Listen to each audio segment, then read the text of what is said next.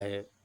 میں آپ کو بتا دوں کہ ختنہ کرنا سنت ہے، اور ختنے کا مستحب وقت جو ہے وہ یہ ہیں کہ 7 سال سے 12 سال تک، بعض حضرات پیدائش کے 7ویں دن کروا دیتے ہیں، سنت ہے۔